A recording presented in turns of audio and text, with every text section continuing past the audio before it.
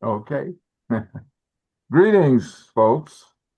Hey, Greetings to those of you who are directly linked. Greetings to those of you who are on Facebook. And those of you, oh, by the way, I don't know why I'm hiding. Those of you who are directly linked, Facebook, on YouTube, uh, it's good to be with you once again.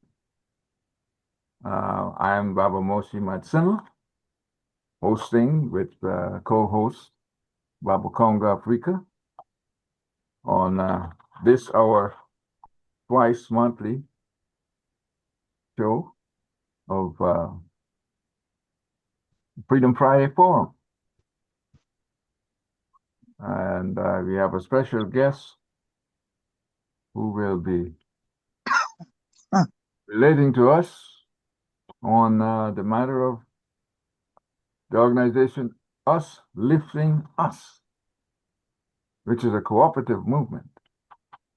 And as soon as we dispose of the preliminaries, we are going to go to Brother Hakima and uh, and have him present to us on what it's all about when it comes to us lifting us. All right. Uh, we normally have to open up the UNIA ACL way with our official pledge to the red, black, and green, our flag, which is the flag of all Africans everywhere. I commit my body, mind, and spirit to the protection, defense, and security of the red, black, and green. I dedicate my life to the redemption of Mother Africa and the liberation of her scattered black children. I accept for myself and my descendants the teachings of universal African nationalism. And I promise that our children will be instilled with the purpose and knowledge of themselves as African people, in order that the cause of our struggle will neither falter nor fail until all black people are free and united through one God, one aim, one destiny. Of course, that's only our pledge in the flag. We also would like you to understand what the UNIA ACL is all about. And from our Constitution, promulgated in 1920, over 105 years ago, so that this was done by our ancestors because they're looking forward to redeeming African people. The Universal Negro Improvement Association and African Communities League is a social, friendly, humanitarian, charitable, educational, institutional, constructive, and expansive society, and is founded by persons desiring to the utmost to work for the general uplift of the Negro peoples of the world. And the members pledge themselves to do all in their power to conserve the rights of their noble race and to respect the rights of all mankind, believing always in the brotherhood of man and the fatherhood of God. The motto of the organization is one God, one aim, one destiny. Therefore, let justice be done to all mankind, realizing that if the strong oppresses the weak, confusion and discontent will ever mark the path of man. But with love, faith, and charity towards all, the reign of peace and plenty will be heralded into the world, and the generations of man shall be called blessed. I know some folks have an issue with the word Negro, but that is still the official word for people of black color. But anyway, we're speaking here of African people. Black people are of all phenotypes, Asian, African, etc. And we accept them all. As we say, our red, black, and green flag is the flag of all black people. Now, I will welcome Brother Hakima once again. Brother Hakima, it's good to have you aboard. And it's good to have you because we expect a lot from you. And we know some of us have not, because you may not be in what is the corporate media being published every day because, they don't consider you, I guess. That's how they don't consider a lot of black organizations and black folks, except, of course, if you're armed. Yeah, they don't consider you any power to be dealt with as an enemy or a rival. That is left now for the Chinese, of what we will call it, and the Russians. Well, of course, I should also mention one thing that the UNIA, the preamble of the Constitution mentions,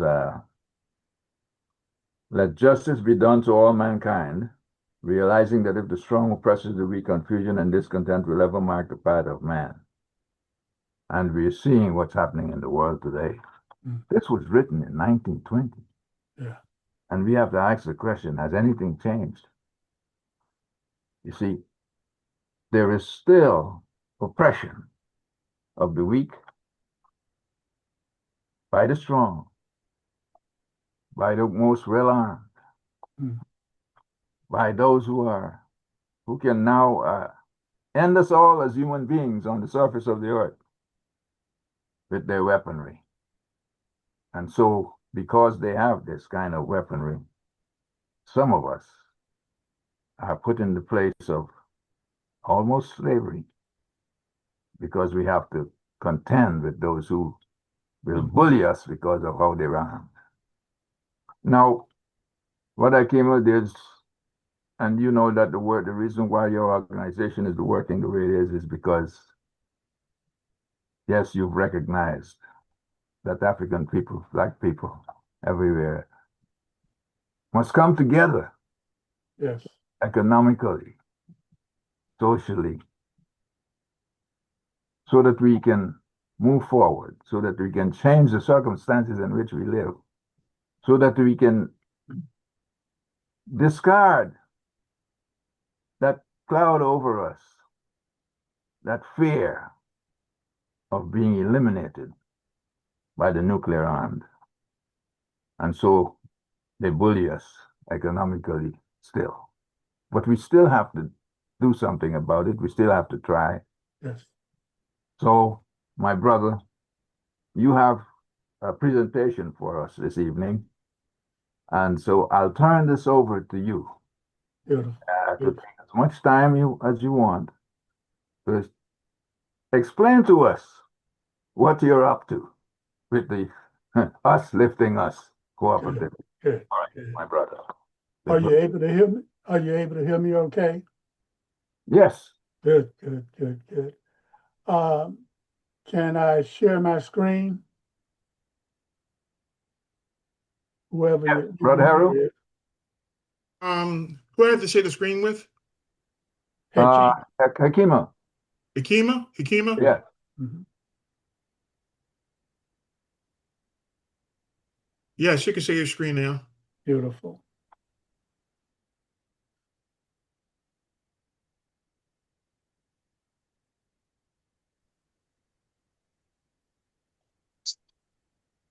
All of this technology, I'm still trying to get Coming through, my brother. You're coming through.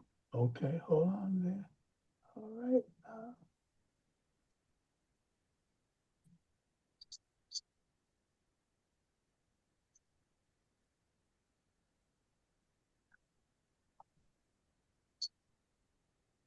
Okay. Uh, All right now.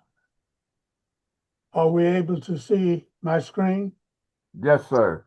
Beautiful. Quite clearly, too. We are now with the clear choice. Oh yeah, Okay. That's where we're gonna get started. I'm gonna kill my image if I can. I may not be able to. Look like it's blocking me. Well, thank you, family, for the opportunity to share. My name is Hekima Kanyama. I'm presently located in the Atlanta area, right underneath the airport at a little town called East Point. And but we've been involved in our people's struggle for many years, and we've come through some storms, and like many of you, we have survived, and we are still at the task of African liberation. The clear choice: we either take control of the economics of our community and nations, or forever be at the mercy of others. And I'll just repeat that because it is a choice, the clear choice. We either take, and I underline, take control of the economics of our community and nations, or forever be at the mercy of others. Millions of our people globally can relate to this choice and would choose for us to control the economics of our communities and nations. And the question, of course, is how. And so my presentation this evening is pointed to the how, the method, the strategy, the tactics, all of the ingredients for how. And we'll have a short presentation, and then hopefully we can have a vigorous Q&A so that it's understood what it is that we're trying to share. The name of our organization is Us Lifting Us. We got started in 2013, coming out of another organization, the African Community Centers for Unity and Self-Determination. And we took a year meeting face-to-face weekly to give birth to Us Lifting Us. Now, the reason there are two logos here is that in 2022, we created another structure. So our primary structure now is Us Lifting Us Incorporated, a nonprofit, a 501c3 corporation that is the umbrella organization. And we fondly call it the mothership. It's our membership base, and we are developing chapters throughout the African world of Us Lifting Us. The original institution is still in place. Us Lifting Us Economic Development Cooperative. This is a for-profit enterprise, but it is now a subservient, a subsidiary of the nonprofit. And for those of you who would want to see our online presence, you can go to usliftingus.org. And some of you have bookmarked usliftingus.com, but either way, you can get to our website. So what I want to do now is go specifically straight to the question of how we may take control of the economics of our community and nations. We've given our system, our process, this new economic paradigm, the name New Ujamaa. And of course, most of us are familiar with Ujamaa, and more than 30 million of us celebrate Ujamaa every year as a part of the Kwanzaa celebration, the fourth day, the fourth principle of the Nguzo Saba. And it's generally defined as cooperative economics. But what we have done is given it new meaning. And we've added the word new to Ujamaa. New Ujamaa is defined as family-centered cooperative economics. Family-centered cooperative economics. And the word family here denotes more than the nuclear family. It points to the clan, the village, the extended family, the group, the community. I guess more succinctly, the community. Family-centered cooperative economics as opposed to individually centered economics, as in capitalism, or family-centered cooperative economics as opposed to state-centered economics, as in socialism. But a economic model rooted on who we are and who we have been, an African-centered economic system. And further, we want to couch it in the terms of a global economic empowerment machine for African people, wherever we are in the world. We use this symbol, the pyramid. I saw almost the same symbol, on the screen a little bit ago. And but we use this pyramidal symbol as well. And we point to three powerful elements of New Ujamaa, our system. But before we talk about those three powerful elements, I want to make it clear that we understand that we are building this economic model in the throes of a global economy. So these two arrows on either side of the pyramidal structure symbolizes the global economy on a global level, a national level, regional level, local level. And so again, we're building this in the context of that economic flow, that economic energy, those economic resources. And we want to capture and redirect a significant portion of that flow and have it within our control such that we can grow and empower our communities and our people, again, globally. It's said, and I have no way of knowing how accurate the figures are, it's said that between $1 and $2 trillion a year flows through the hands of Africans in America. Again, there's some contention as to the accuracy of that. But for the sake of this discussion, let's say that it was at least $1 trillion a year that flowed through our fingers.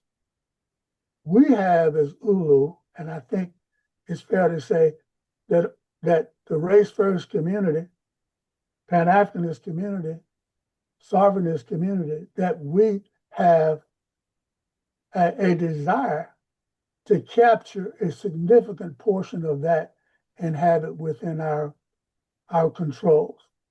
Let's say that we were successful, and we want to shoot for that.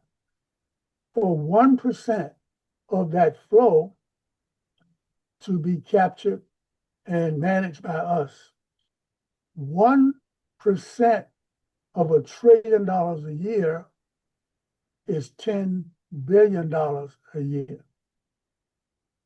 So you get a sense of scale in terms of what we're talking about.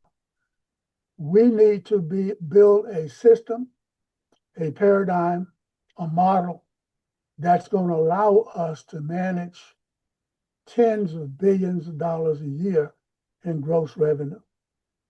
And so think of the model as I explained it in the context of that kind of volume. The three elements of our system, and we're going to go into them a little deeper than here, but I want to name them. Element one is the pooling or the aggregation of community resources that are channeled into, on the right side of the pyramid. Element two is the building of a network of group-owned enterprises. group-owned businesses that are global. And then at the base is that the benefits of this economic prowess that comes from this network of group-owned business enterprises, the benefits, including the surplus, the profits, the harvest, is reinvested in the community to grow, to empower the community and to build for the future. But the process continues. We just continue to aggregate, pool our resources and dedicate them to building out the network and then plowing the benefits, including the profits, back into the community and continue this process.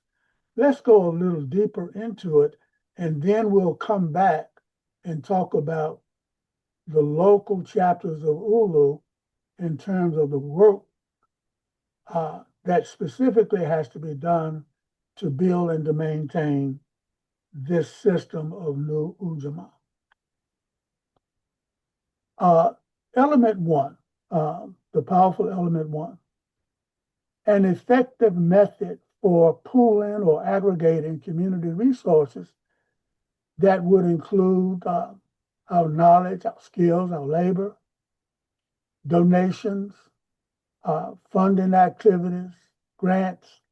Keep in mind that one of our primary organizational structures is a nonprofit entity. So those first four elements would fall into that nonprofit realm. And then the next two ways of pooling resources fall into the for-profit aspect of what we do. And that is the capital, investment capital that comes from investment co-ops. And we'll talk a little bit more about those. But I want to create the image in your mind of large scale because I saw one chart, for instance, that in 2022, Nigerians globally remitted or gifted back to their homeland, not talking about purchases, business, but gifted, sending money back to their clan or to their relatives, roughly $61 billion that particular year.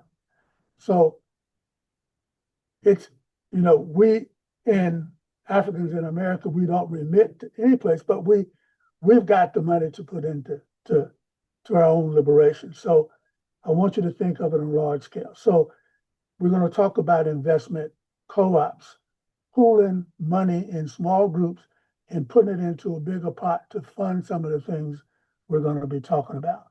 And then number 6 here is what we talked about a little earlier, is success from business operations being plowed back into the process.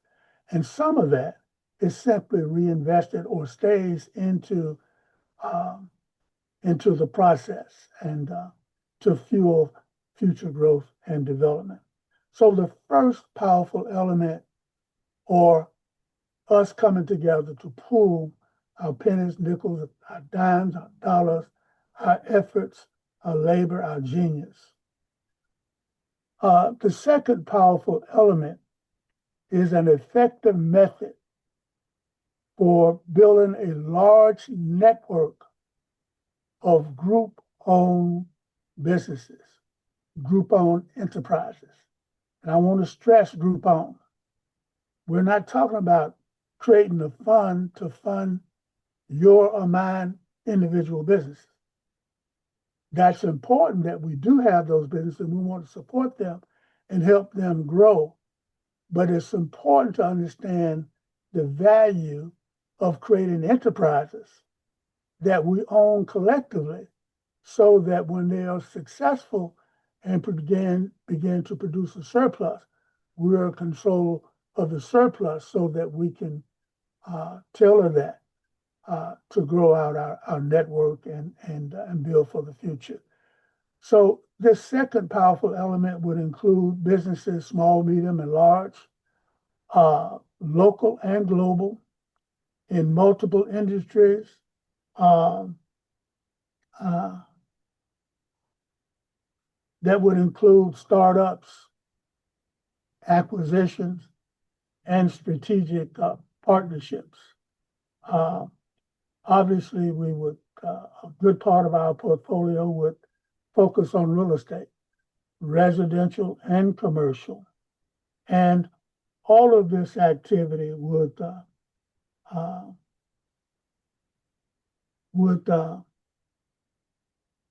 produce and stimulate job creation in our local communities, and much needed job creation. And it would stimulate additional business activity as well, supporting other efforts in the community. Now, group-owned enterprises, as we want to show them, are game changers, because just think now of the community where you live. Think of 2%, 3%, 5%, 15% of the businesses in your community actually being owned by the collective. And when those businesses produce a surplus, it doesn't go to Korea, or it doesn't go to China, it doesn't go to wherever, it doesn't go across the tracks to the other side of town. It stays in our possession, and strategically we use those resources to plow back into what it is that we're building for ourselves. So when we talk about group-owned enterprises, again, we're not talking about quote-unquote co-ops. We're not talking about Black-owned businesses. We're talking about a new creature. We're talking about something, a robust business. It could be of any size, but the surplus belongs to the greater community. And the greater community is any individual or organization that has been approved for membership in ULU, irrespective of where that member resides, individual or organization. So let's deal with the third major element. And it is an effective method for redistributing surplus, or the harvest that comes from successful business activity. We have developed a formula for redistributing those benefits. A 5% bonus to the workers where the surplus was created, a 5% bonus to charity, a 20% bonus to allocation to administration, and all of the things that we're going to be pointing to. Is going to be important that we salary people to be in position. Right now, we're not able to do that. But long term, we cannot build based on volunteers. We have to secure some individuals and groups of individuals with high skills to do this work and be dedicated and captured by us.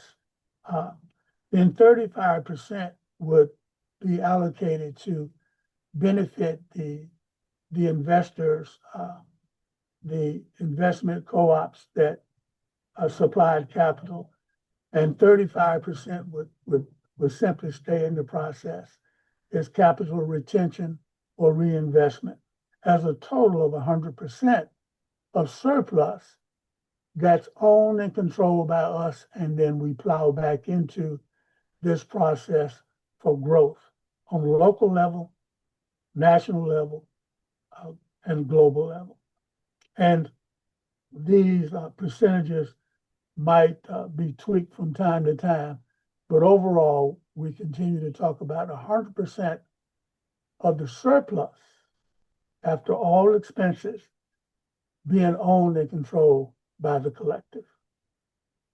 So I get back to the chart where we started, and hopefully we've begun to give you a sense of this economic machine and how it works. And of course, it's a machine. It's like any economy.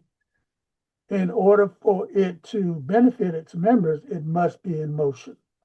The moment it ceases motion, it dies. And so, again, those little red arrows in the corner, hopefully you can sense movement.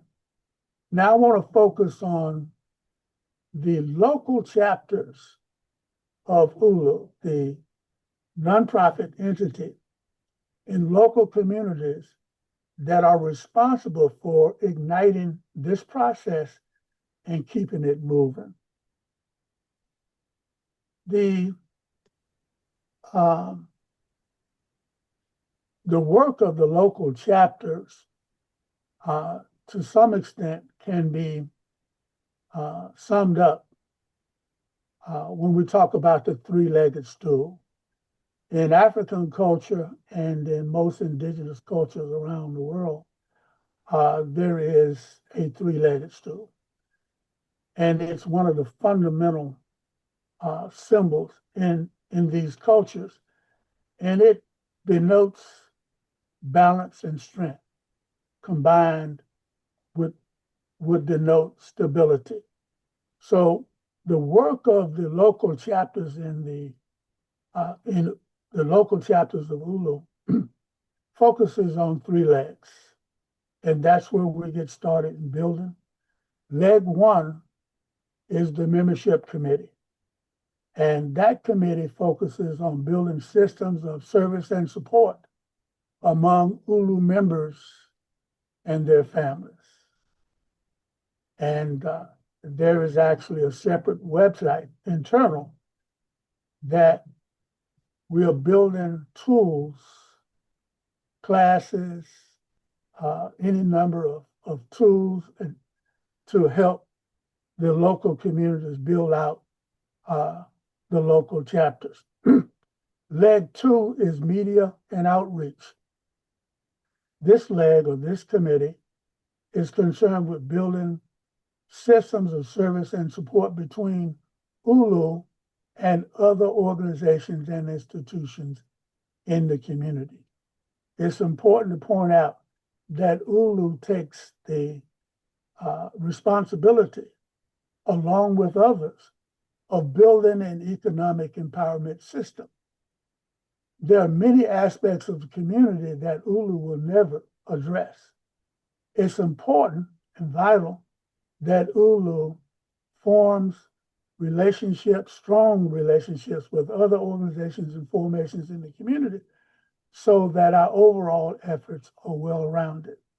We understand that economics is fundamental, but it's not the only aspect of community that's vital. And so leg two is building out those systems of support and service between ULU and other organizations.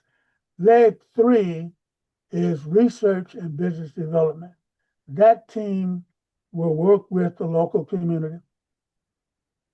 And through that, there'll be some things that will happen nationally and internationally, but fundamentally working with local communities to develop, uncover ideas and business plans that, when properly vetted and studied and analyzed, could possibly be a new enterprise, starting from scratch, or the proposal might be to purchase an already existing business that has a good track record, but for whatever reason, it's available for the community to assume, or strategic partnerships.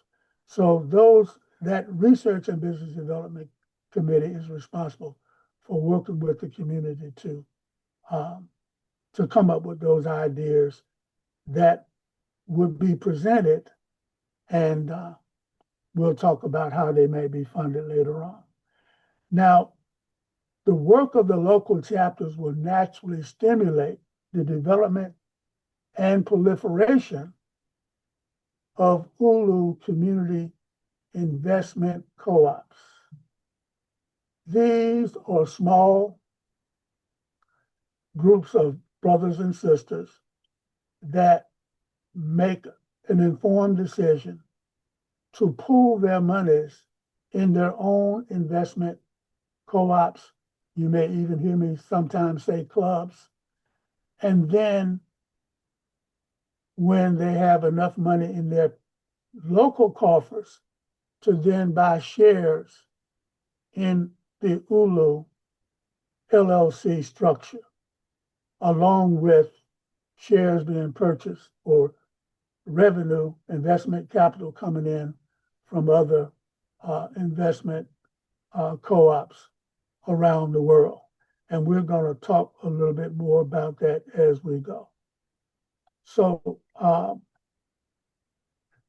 the investment co-ops, and again, I mentioned that we may use the word club. And the reason I point that out, because if for those of us who want to do research on these elements, on these institutions, if you Google investment clubs, you'll see millions of these organizations scattered throughout the world, in Africa, Europe, America, the Caribbean. They don't often refer to themselves as co-ops. We choose to use the word co-ops because in our particular structure, voting is based one member, one vote, irrespective of how much capital you put in the pot. And everyone must participate. There is no opportunity for persons to throw in money and be absent in terms of committing time, energy, thoughts, criticisms, helping to research and do these things as well. These are opportunities for ULU members, individuals or organizations, to build intergenerational wealth for themselves, their organizations, and at the same time help to empower our community.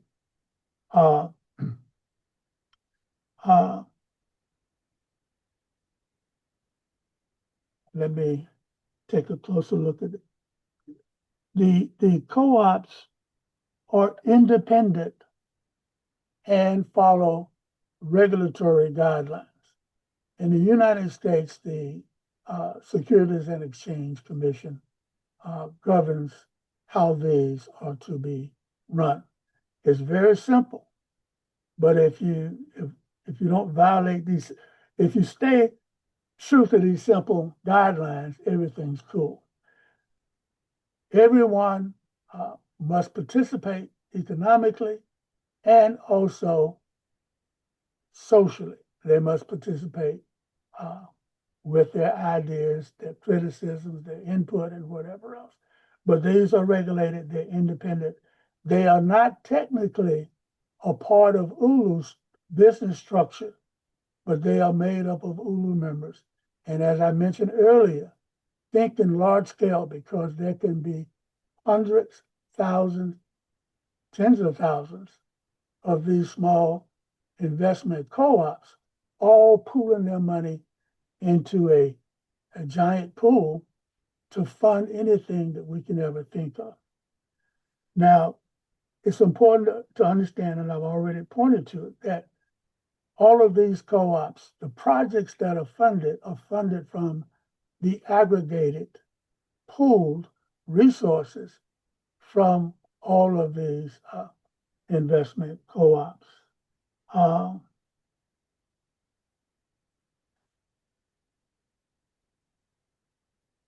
And I guess I've covered the points that these are, our plans are to have hundreds and eventually thousands of co-ops. Now, information, the detailed information for these investment co-ops are provided to persons upon request. Back to our basic chart of the three powerful elements of this pyramidal structure. Hopefully, more and more of this has come to life. The new Ujamaa economic empowerment model. We feel, hopefully you have a sense that it's based on family-centered cooperative economics, much the way that traditionally all of our institutions were rooted in the local village, clan, community. And so this is rooted in our local communities. In this diagram, when we say the local chapters, we're actually talking about a geographic area. The prototype local chapter is currently being built in Southwest Atlanta. For those of you who are somewhat familiar with Southwest Atlanta, that's a fairly culturally rich community. The shrines of the Black Madonna, Farrakhan's Mosque, Salas Muhammad's Mosque, the 5 Black colleges. There's any number of things, even Tyler Perry Studios in this area, but it's old, rich, and so that's our territory. But Atlanta is big enough so that we could have several chapters in the Atlanta metropolitan area. And in each chapter, there will be incubated, spawned, multiple investment co-ops as well. So what I want to do is step now and entertain questions from you, but I also will use this diagram, and I'll also use an org chart of our nonprofits entity and the local chapters that will come underneath that, using the 3-legged stool as an organizing concept. And we'll also refer to the organizational chart of the for-profit, where the investment co-ops, or if you're going to do research, investment clubs, pool their capital and then invest in the for-profit LLC. But not only do they put their money in, they have a representative as a partner and member in the LLC, and each one of them have 1 vote, along with 1 vote from the nonprofit, and decisions to what is approved and what is funded is a collective decision by the investment co-ops and a representative from the mothership. And the fruits of those investments end up in what you see in the base here. These are individual businesses in the network of community-owned business enterprises. Again, small, medium, and large. We need to be in a position, much the way the UNIA, ACL at its height was able to get us to think big in terms of factories, in terms of transportation, whether it be over the high seas or rail. But anyway, it's important to understand that the investment co-ops and the nonprofit, everybody has a seat at the table to determine what is invested in, and then from the success, then it travels back to benefit the whole, the nonprofit, the investment clubs, and through the investment clubs, the families and institutions that were a part of the process. I know I've bent your ear for a long time, and it may seem complicated to you. And I would encourage any of you who want to go through the whole presentation to go to our website, usliftingus.org. And if you've already Googled or saved usliftinus.com, because it's been out there since 2013, you'll go to the same place. There's an opportunity right on the front page to register for a full presentation a little bit more involved than what we have shared with you this evening. So brothers and sisters, I appreciate the opportunity to share, and I'm looking for some sharp questions and feedback from the family. Thank you. Thank you, Baba Akima, for that presentation. Thank you. It's well, it's somewhat familiar to me, not from ULU, but for some concepts that have come forward. Being in the UNIA ACL, Yes. you know, this is the type of thing we talk about all the time, in the sense of working together in a cooperative manner. But this is something that you know, to be taught out by many people, or to be delved into, to, you know, I guess study, because you put some really good ideas here that, you know, some African people, they don't understand what being in a cooperative movement means, even though out of Africa, that is all we had. It was co-op. Right. But let me just introduce one of let me ask first. Any questions from anybody for Brother Hakima?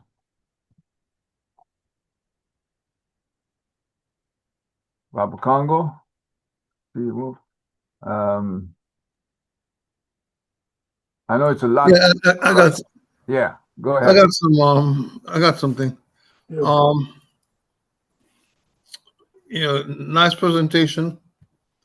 What we have heard. I mean, first of all, that's what Garvey's about.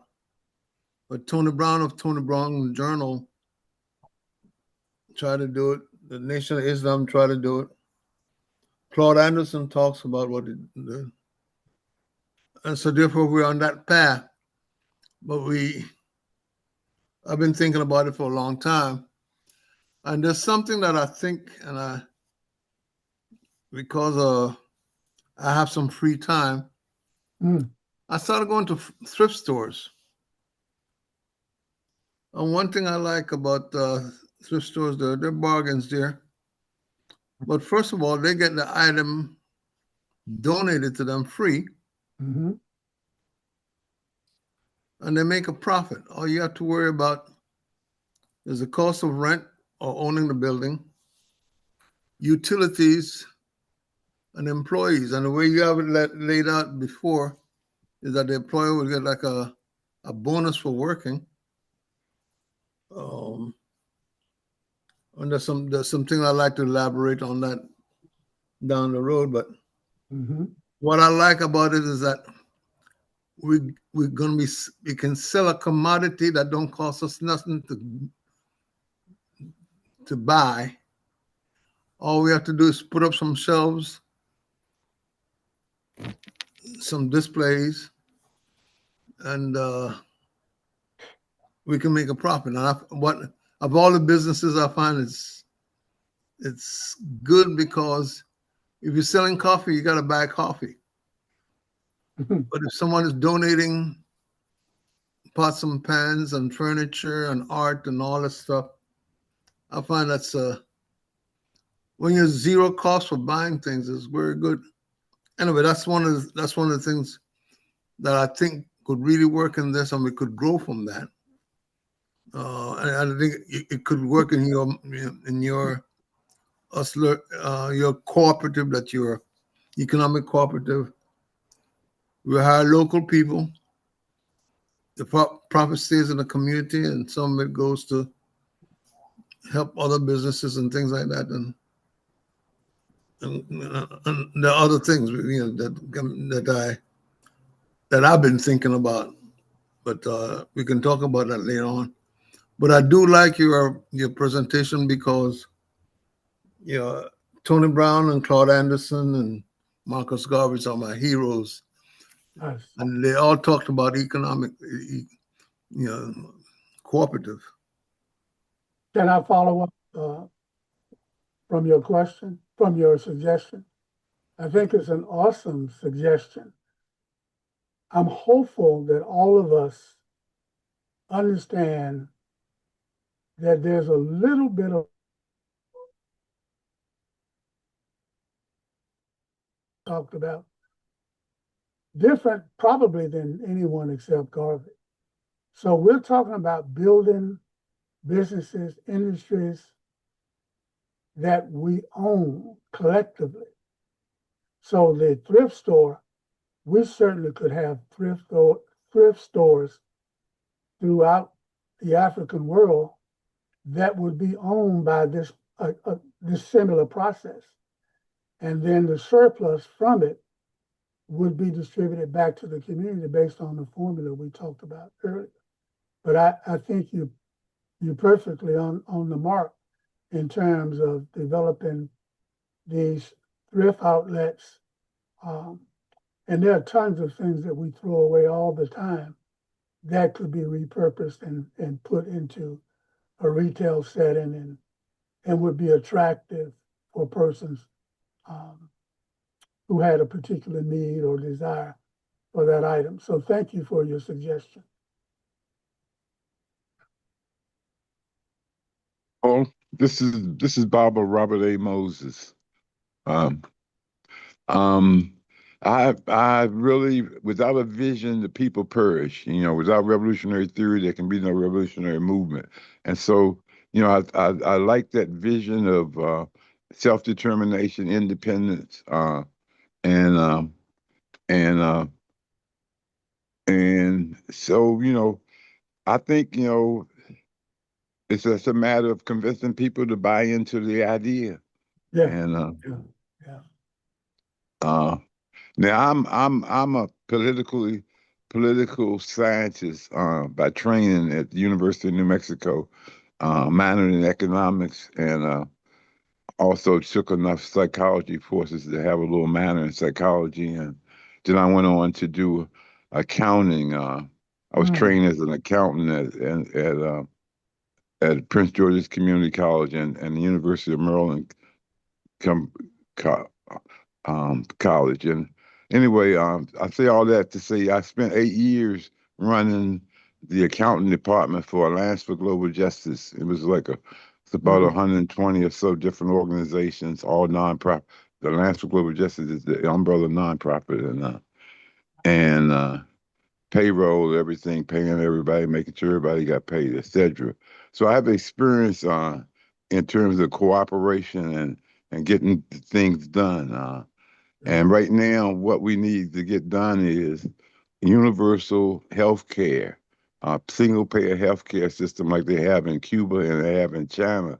And we're in a political crisis right now. The ruling class can't rule the same old way, and the working class won't be ruled the same old way. So we have an opportunity if we get organized and get on one accord about what we want. And I think the Equal Rights Amendment is a revolutionary demand. It demands changing the Constitution, and so these are the kind of things I'm concerned about that will benefit a lot of people, and so I just wanted to put that out there. Thank you. Thank you. If I could Julie? respond, I thank you for your thoughts.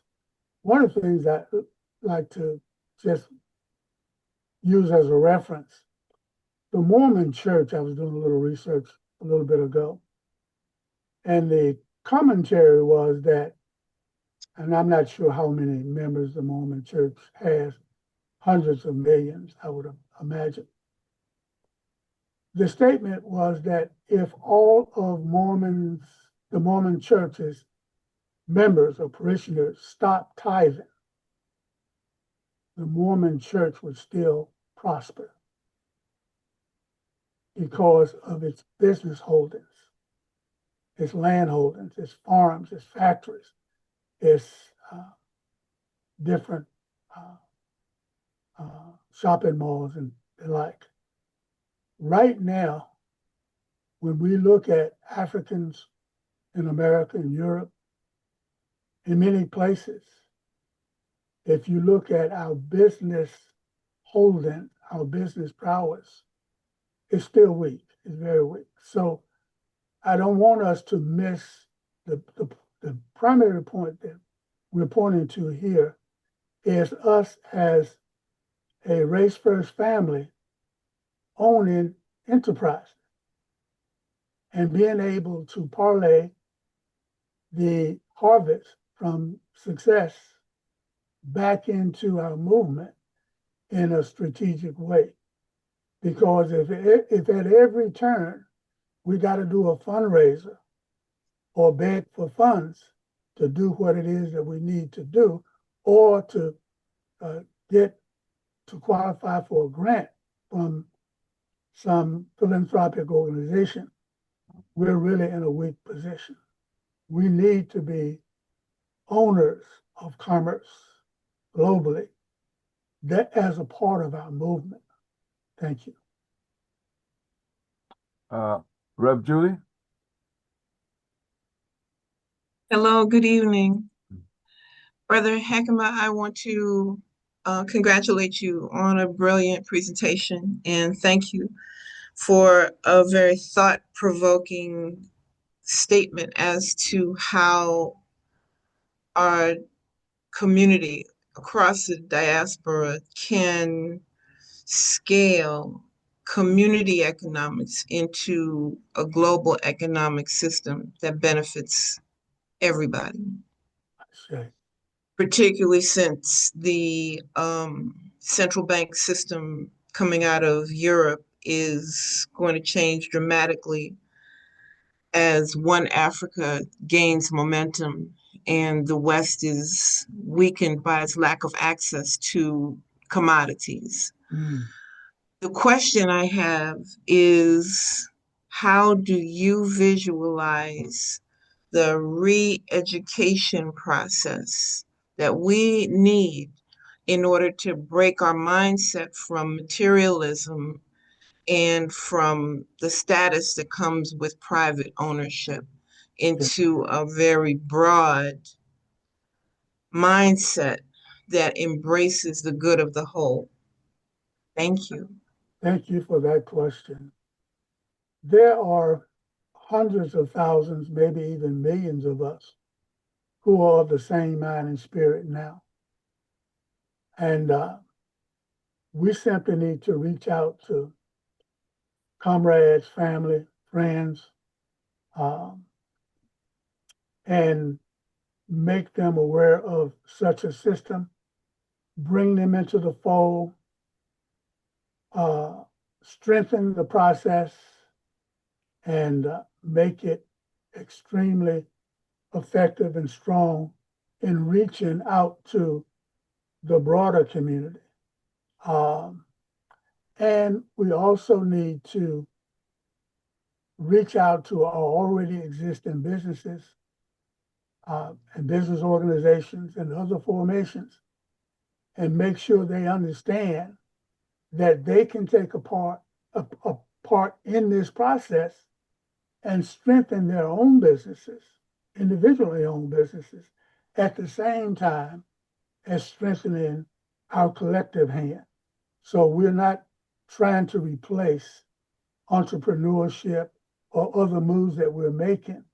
We're trying to fill in the gaps because right now, let's say in Atlanta, there are 7,000 or 100,000 Black-owned businesses. And let's say in Kankakee, Illinois, there's 50. The same thing is true in both of them. We don't have any power at all because it's not structured in such a way that we capture and retain enough of what's flowing through our hands by another method. So I just think, I guess,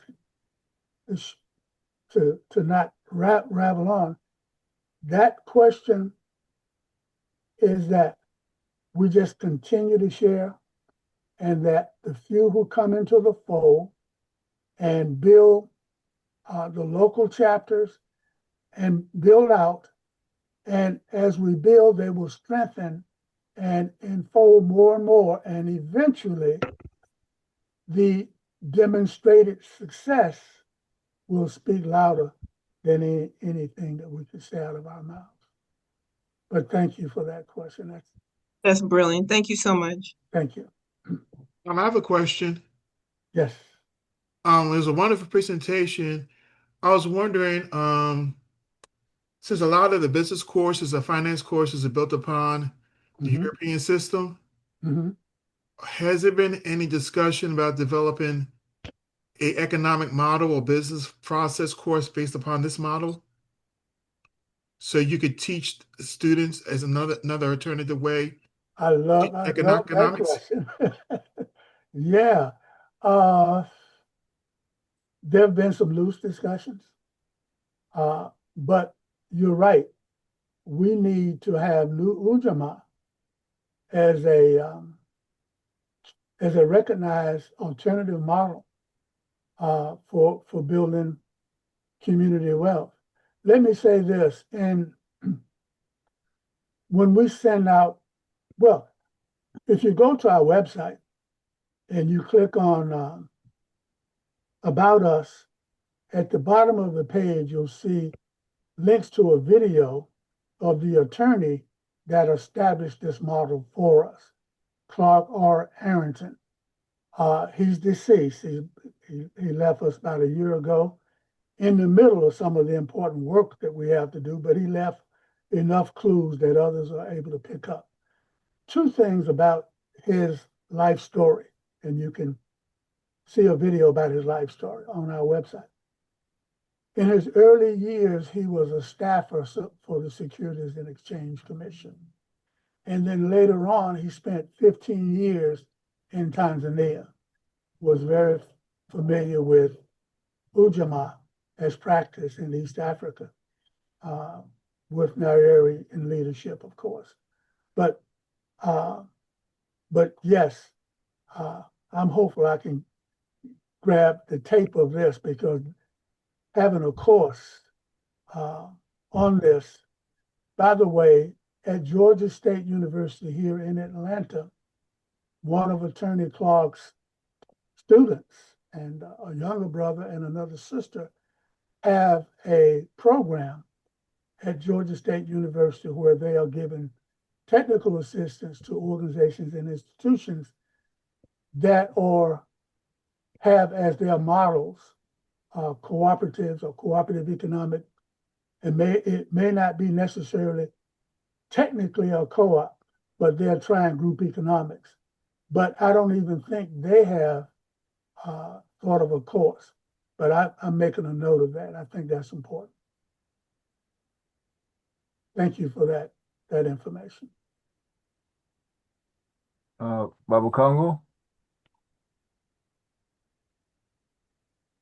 Yes, I have a model that in looking around everywhere. Mm-hmm. In every urban city, mostly Black people are there. We all have health problems. In every Black city, Yes. in a 10-block area, there may be 10 churches. In every Black city, some still have a closed down general public hospital. Mm. Most of us are Baptists. Most of us are Pentecostal evangelists and everything. I don't know why the churches trying to save our souls and not save our lives. They have mega churches and they don't have a mega clinic or mega school to go with it. And in all of the urban areas, we see hospitals closed down and no one tried to take it over. But if all the churches in that urban area, I'm talking about like DC, DC General got closed down because it was losing $1 million a month. Mhm. Okay, but the thing is, the churches were making more than $1 million a month. Yeah, But the thing, they didn't try to save our health. And there's money to be made in healthcare, but also we're unhealthy. I say. You know, and that's something that we need. So I have a problem. I don't know. There's a Baptist hospital. I know the Catholic ones and the Presbyterian ones and Jewish ones and stuff like that. But I mean, there's something there that I find like if we could get our churches to cooperate, since we're supposed to be worshiping all one God, Mhm. and try to save my life and not my soul. You can save both if you do, if you do Yeah. both. Now, Anyway. in this model, a church can be a member, an existing business can be a member, an organization can be a member, and between the nonprofit umbrella organization here and the for-profit, we can support health institutions. If they are money makers, they can in fact be a health-related business. If they are charitable and they cannot make money and maybe should not make money and they're structured that way, we can support them from the charitable aspects of ULU along with other organizations and institutions in the community. So, but some of the things that we should do, we're not going to do because there have not been individuals that have taken it upon themselves to build the machinery to do it. It's said that when the automobile was invented, there were literally thousands, if not more than thousands, of individuals in their garage tinkering to build a horseless carriage because the time had come that people had to give the horse, get rid of the horse as a major means of transportation. I would say that it's time now that we understand that entrepreneurship is not enough. It's good, it's necessary, but it's not enough. Government grants, waiting on reparations, whatever that is not enough. When we get it, we can fold it into a business machine that we create. But again, we start with the clear choice. We either take control of the economics of our community or forever be at the mercy of others. At some point, we've got to take Garvey's example and build the machinery of our liberation and not wait on the good graces of others. But yeah, we can build that health institution from this or from some other design. But we got to understand that the mechanics and the structure, the process, that's in our hands. Nobody's going to do it for us. Can I get in here for a second? Thank you. Can you hear me? Yeah. Yeah. I don't want to bring what is it? Inconvenient truth or whatever. But nevertheless, it says, "Seek ye first the kingdom of God and His righteousness, and all the rest will be added unto you." And in Luke 16:16, it says clearly that until the law and the prophets were until John the Baptist, and since John the Baptist, the kingdom of heaven is preached. That's according to Jesus. The kingdom of heaven is preached. And so, seek ye first the kingdom of God. Who has believed our report? I'm trying to tell you that the government, politics determines economics, always has and always will. And the government is who controls the government controls the politics. And so we need to get in our house in order and our mind in order. And we have the organization. That's not the question. It's a question of the people ultimately being the real organization. Because when the people want something, it happens. And I'll leave it right there. Thank you. Thank you. Uh, okay, thank you. Um, you mentioned, Brother Hakeem, Yeah. that I think you said Southwest Atlanta, and then you mentioned the large amount of businesses in Atlanta. Mhm. Um, and and and and then you're saying that there is need for all these businesses to come together to form a network of No, profitable businesses. no, I'm not saying that. No. I'm not saying that. I'm saying that the race first, Pan-Africanist, Mm, sovereignist community, based on our desire to be self-determined, sovereign, however we describe it, mm, we're going to have to bite the bullet and create economic power along with everything else that we're saying. In other words, the cause of the work. So we want to build institutions in our community that are actually owned by the community and that everybody in the community knows that it's owned by the community. I don't know in your community if there is a business that you can point to that is successful, mm. that's of value to the community. Think of that business not being owned by its current ownership, but actually being owned by the community such that when the $5,000 in profits this month are realized, that $5,000, rather than going to the principal owners for a trip, for whatever they choose to do, that money is then put into the coffers of other efforts to build out new organizations. Let's say there's a denim factory to be purchased. There's a hotel to be purchased. There's any number of things. The African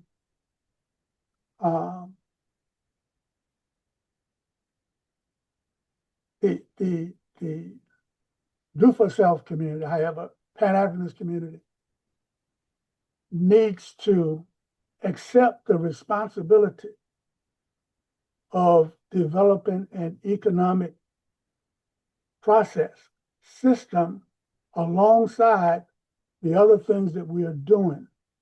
Because right now, in all of our communities, I'll say it like this, from an economic perspective, we're not doing the things that we saw in the UNIA ACL many, many years ago. Pooling our resources, thinking big, and building. And we can still do that. But we have to have the will to do that and not think that crumbs from the entrepreneurial table is going to be enough to satisfy the needs of us as a people wanting to be free. But no, I'm not asking the community, the businesses, communities to come together. And I apologize because I've done a very poor job. No, no, I'm not. If that's the image that I've created, I apologize. No, I'm saying, well, what I was saying, that might have been the ideal thing if all Black-owned businesses were to form that network in order to move forward according to your program of cooperative economics, family-centered, and to build that global economic empowerment machine. All that's in one of your slides. Um, if if if if they're conscious enough, you were saying that you're looking for the conscious people Yeah. who will come together and do this, and not just African-owned businesses. So do you have? There are businesses that are members of ULO. who understand the need to build our own economic empowerment machine. But the businesses that are incubated through this process will be standalone businesses and will be owned by the collective globally. And but even the businesses that belong to ULU can belong to an investment co-op and own shares. And so those businesses can earn a dividend or revenue from the success of this project, even though they're independent and act independent and not necessarily part of any network. So the notion of a network here is something independent of already existing businesses coming together. Maybe both should happen. Thank you. Yes, sir. Any other person with a question? Okay, well, let me come to this part where I think I saw I can't remember where I saw it. There is a Black-owned supermarket somewhere in Illinois, might be outside of Chicago. Supposedly the largest Black-owned supermarket in the country. Mm. And at this time, this very same supermarket is in crisis. And they're appealing to people to support the supermarket so that it will continue to move forward. But again, this supermarket is owned by the pastor of a church. Mm. And as I read this thing, I was thinking, as they were mentioning this, I thought it was the church that owned it, but it's the pastor of the church. Wow. And he and his family are appealing to the community to support it. But the appeal is not to be part of it. Right. Because with their support, they could be members of the cooperative, which means they can put money, invest into it, and help out so that it will grow. Because it's a pretty good idea. I mean, you have the largest supermarket, Black-owned supermarket in the country. Mm-hmm. So what do you say? What's your ideas as to what's going on there? Well, if the supermarket could be studied and analyzed and is found to be viable, given whatever new inputs would have to occur, and if from this model we judge that we could turn it around, we could then assume ownership of it and then invest in it to make it viable. But you'd have to know, given all the contingencies, that it's a sound business proposition. And so it may be, no matter how much money you throw into it, it's just not viable. So, there are many businesses in our communities that can be assumed, bought out, simply because the present owners want to do something else, and it could be a viable business. So we want to look at assumptions, if that's the proper name. But that particular, now I lived in Milwaukee, Wisconsin. Now there's a supermarket chain in Milwaukee that's Black owned and fairly successful. And but again, I haven't lived in Milwaukee for a little while, so it may not be as successful as I remember it. But we definitely need outlets, food stores, as a part of our network. Whether we build them from scratch or whether we purchase them from existing owners, they need to be a part of this network. But not only the stores, but growers, wholesalers, networks in terms of agriculture. We need to be on top of the food security aspect of securing our communities. Can I jump in here again? Back in 1975, 76 era, when I was about 25, I was part of a collective that was studying Marxism, Leninism, Mao Zedong thought, and we ran a nonprofit food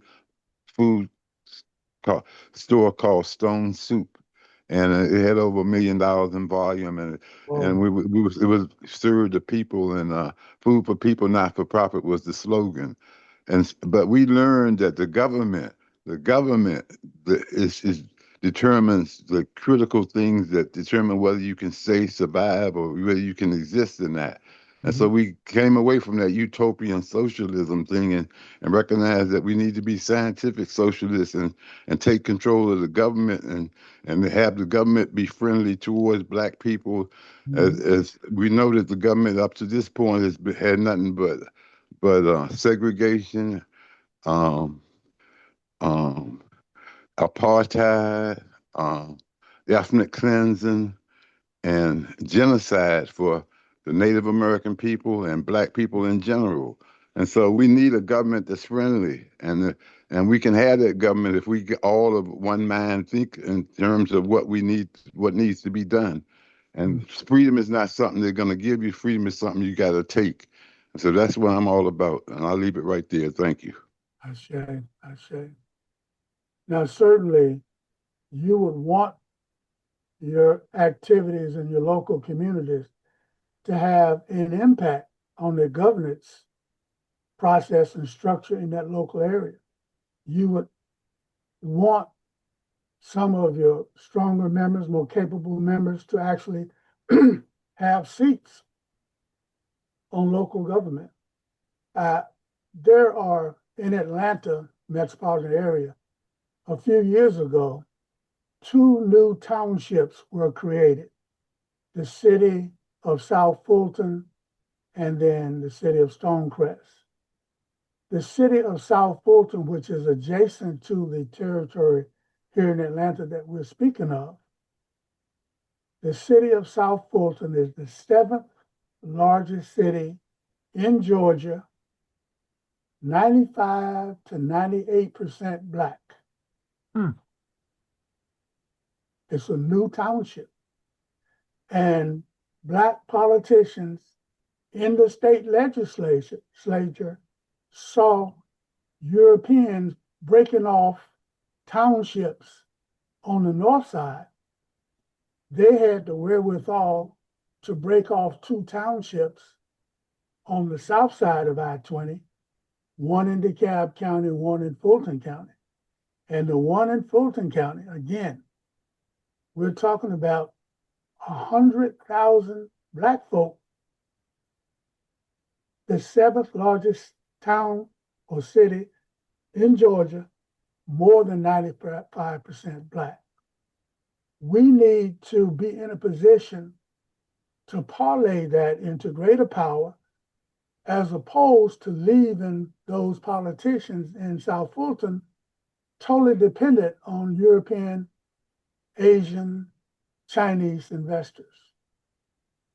Because if we're not careful, it'll be a Black-run town politically, but its economic base will be rooted in other communities and not in our hands.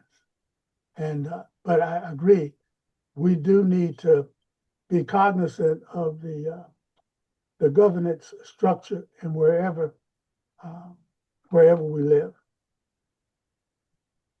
Yeah. Thank you. Yeah, Baba Hakimi, that scenario it seems to be global that you just mentioned there. Where, you have political power so to speak. You control the politics, even of a nation, but Mhm. you don't control the economics, because that economics is the machine is driven Yeah. by other, I guess, communities, or I should say, other nations outside. Yeah. Well, isn't Guyana a good example in terms of the East Indians Mhm. and their economic prowess Mhm. outstripping the Africans in their political prowess, such that where at one time we had political sway, we still probably do, but it's really imperative that we get smart about economics Mhm. and build economic machinery and grow it so that we can have greater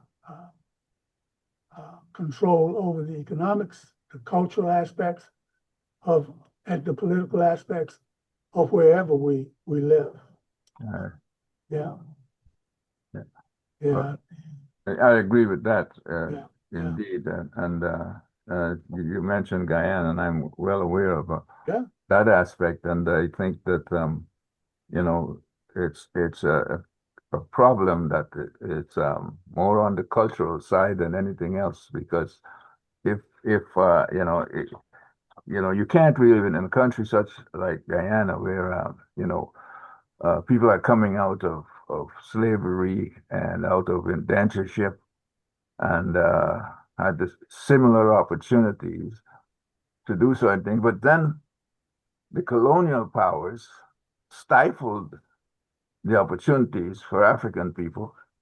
And then with the church and everything else, like someone mentioned earlier, I think it was Brother Robert, um, they're hoping for a savior to come and save them, or they're reading stuff out of the Bible, and they hope that no matter how poor and how much they struggle, there's going to be a time when they'll go to heaven, because it's better for a poor man, or it's easier for a poor man, the poor, Yeah. to pass through needles. I'm not quoting it right, I guess. Well, we understand what you mean. It's easier Yeah. than to Let me let to me go to jump heaven. let me jump back in here again. Yeah. Economics is the study of how goods and services are distributed. Yeah. All right. Politics determines economics, always has and always will. Mhm. That's why who's in control of the government is really determining what's really going on. Exactly. That's why Trump and them had to go to the White House, because he couldn't do it outside of the government, because the government was going to control him. So he had to take control of the government. And so, we got to wake up and smell the coffee, because we're facing fascism. They got anti-fascism. The only people who are anti-fascists are fascists themselves. And I'll leave it right there again. Thank you. Can I use an example a moment? All of us have heard that quote unquote buying power for Africans in America or somewhere between $1 and $2 trillion a year. And again, we can't know that those figures are correct. But when you have an informed race-first community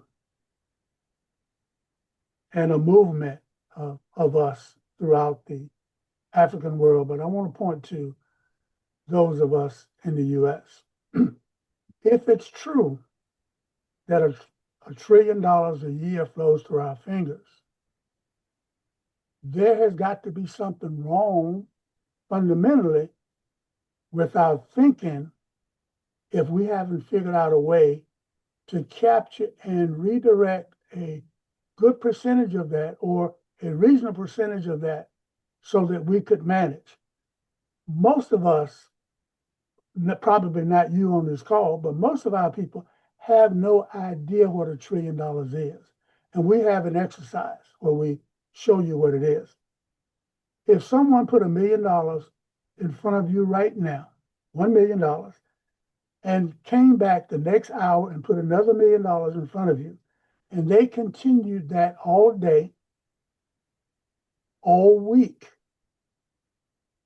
all month, all year, at the rate of $1 million an hour around the clock, it would take 113 years before you reach $1 trillion. There's something fundamentally wrong with African people who have the gall to talk about self-determination. With that kind of wealth flowing through us, and we haven't developed mechanisms, ways to tap into it and use it for our global struggle as African people. $1 million an hour around the clock for 113 years. That's the kind of economic energy and flow that's coming through our communities on a yearly basis. We can do better than what we've done. Now, politics, for instance,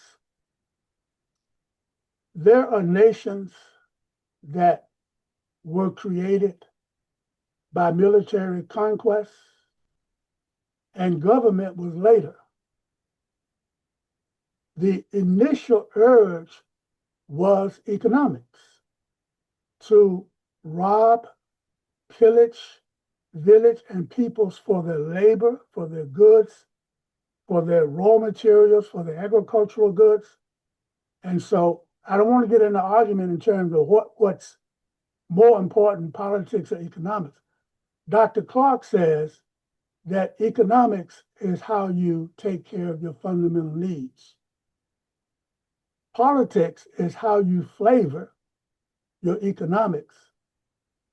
Politics is how you organize your economics, and culture is how you season the two. So, irrespective of which is important, what I'm suggesting is that we can do a much better job of capturing and organizing the few pennies, nickels and dimes and dollars that come through our fingers to fuel what it is that we want to do globally as a race-first family. I really appreciate the feedback that I'm getting, and I really like that course on New Ujima as a serious academic project as well. Well, it's about that time, Barbara Kimmer.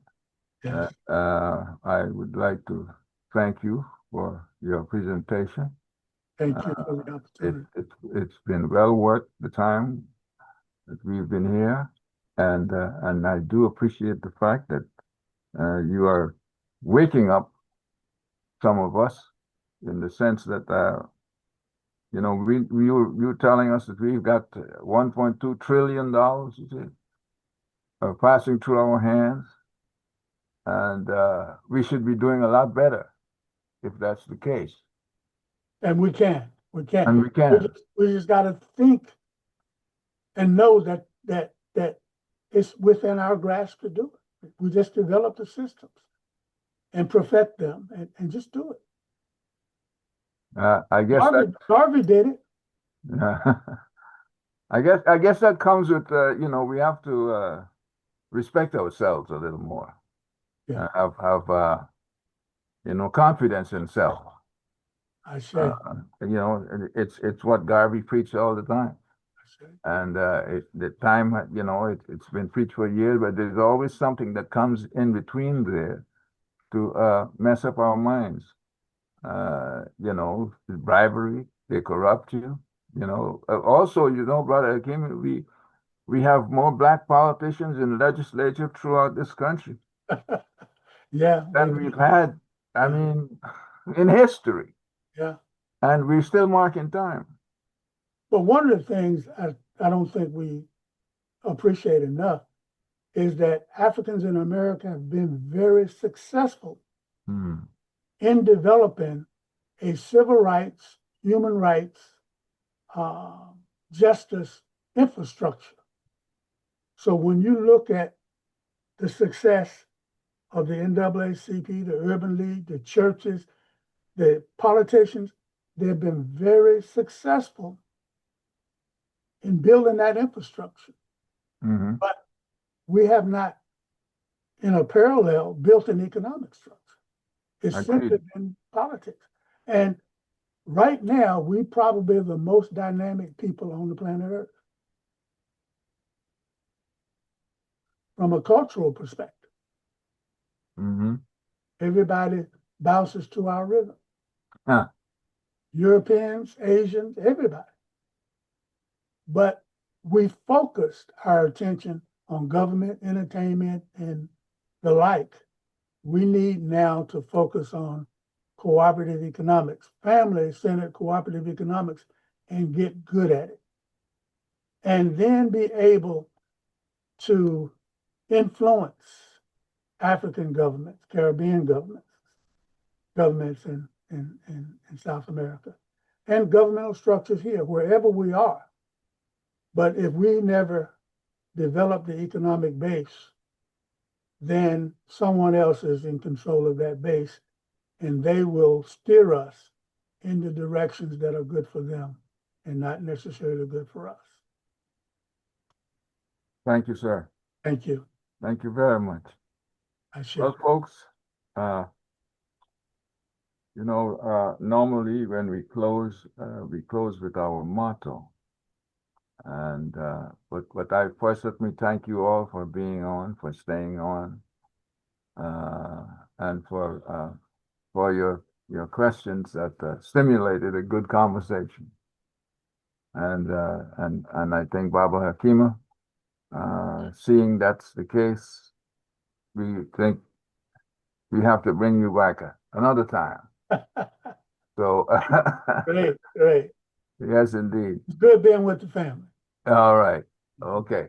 Before you close, can I get one last thing in? Okay, Rob, go right ahead. Marcus Garvey and Kwame Ture, and other leaders have built organizations. That's politics. That's not just economics. That's politics. True. Organizations. And I'll leave it right there. Thank you. True. You're so right. I agree with you 1,000%. Yeah. Yes, indeed. Yes. All right. Baba Congo, would you like to close us out?